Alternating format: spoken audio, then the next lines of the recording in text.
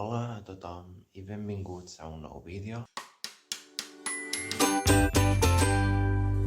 Avui farem un altre BookTag, però en este cas parlarem de fets literaris sobre mi.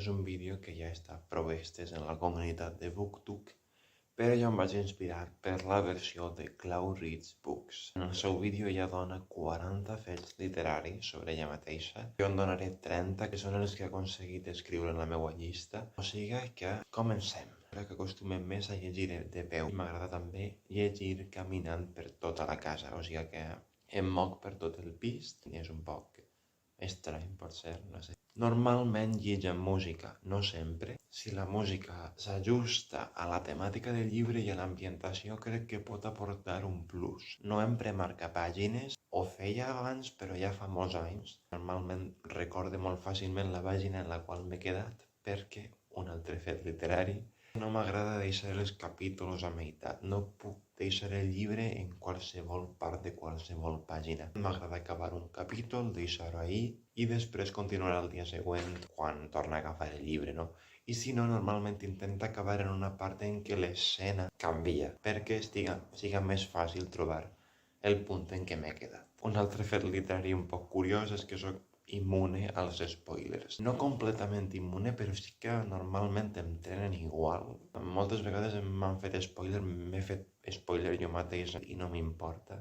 Fins i tot els spoilers més grans, també em té igual veure l'adaptació d'un llibre abans de llegir el llibre o després. Molta gent prefereix llegir el llibre abans de veure la pel·lícula, però en el meu cas, si tinc l'oportunitat de veure la pel·lícula abans de comprar-me el llibre, veig la pel·lícula i no hi ha cap problema. Si has vist la pel·lícula, moltes vegades quan llegeixes el llibre, crec que com que és més detallat, t'agrada fins i tot més. I és el que em va passar, per exemple, amb els Jocs de la Fam. Vas veure les pel·lícules abans de llegir els llibres. Un plaer culpós que tinc és que m'agraden les històries romàntiques, tràgiques. No necessàriament que tinguen un final trist o no sé per què, però m'agraden. Al mateix temps tinc ganes que acaben junts i que el final siga feliç. És un poc contradictori, no sé per què, però sí. El meu ritme de lectura considere que és prou lent. Molta altra gent diu que en una hora m'he llegit 50 pàgines i jo, com t'has llegit 50 pàgines en una hora? Jo no puc, és que en una hora potser he llegit 20, 25. Escric des que estava en primària. La primera història que vaig escriure que recorde era d'un grup d'alumnes, dels meus companys de classe i de mi mateix. Descobríem un espí que ens portava a diferents èpoques i havíem de resoldre els problemes del passat. No sé, era una idea prou bona, però estava molt mal escrit. El meu gènere literari preferit diria que bé és la novel·la romàntica, la que més he estat llegint últimament, o bé la fantasia, que és el gènere que he llegit des que era menut. El gènere que no suporta, que no aguanta, la ciència-ficció normalment, i no la ciència-ficció de tot tipus, sinó certes idees com ara els robots, els alienígenes, un futur en el qual la tecnologia ho controla tot. O sigui, sí que m'agrada la ciència-ficció, però només les distopies. Tampoc m'agraden les històries futuristes de la mena de viatjar a l'espai. No acostumo a rellegir llibres perquè m'agrada més provar coses noves. Fins i tot els llibres que més m'han agradat no els rellegisc. Encara que llegisc amb música, no sóc capaç de llegir amb soroll de fons. Si no és música, no puc, i ha de ser la música que jo em pose. El meu lloc preferit per a llegir també és poc convencional i és que llegisc a la cuina. Això fa que moltes vegades els llibres estén en situació precària. No crec que sigui un lloc ideal per a llegir perquè és poc tacar, però així és. És el lloc en què estic més tranquil realment.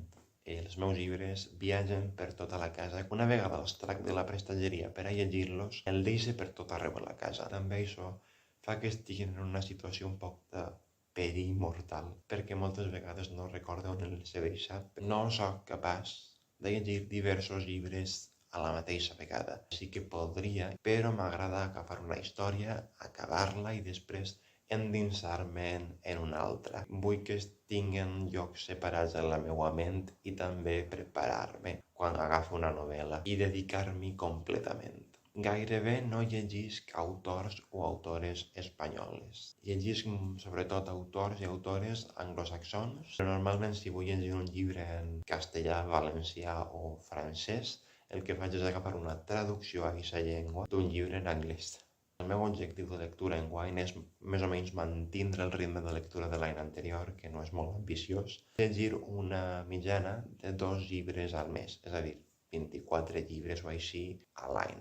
Preferís que els capítols curts, els capítols llargs se'm fan molt bola. M'obsessione per arribar al final del capítol. Si és més curtet, pot ser no de 3-4 pàgines, però m'agrada més que si és un capítol de 60 pàgines. No puc llegir en transport, no puc llegir al cotxe, no puc llegir al bus, ni al metro. Al bus i al metro perquè em distrauen els sons dels sorolls de fons. Tampoc puc llegir al cotxe perquè m'entra un mareig que no puc. Si poguera tindre una biblioteca pròpia, m'agradaria que fora com la biblioteca de La Bella i la Bèstia. És la biblioteca dels meus somnis, per favor, si la trobeu, me la doneu. Firme els meus llibres quan els acabe des de 2015-2016 i posa la data en què l'he acabat. Quan passen els anys, tornaré a la prestatgeria, miraré un llibre i amb la data recorda més o menys en quina època de la vida estava. Moltes vegades també el que em va semblar el llibre gràcies a la data. No m'agrada subratllar els llibres, ni ficar-hi pòsits,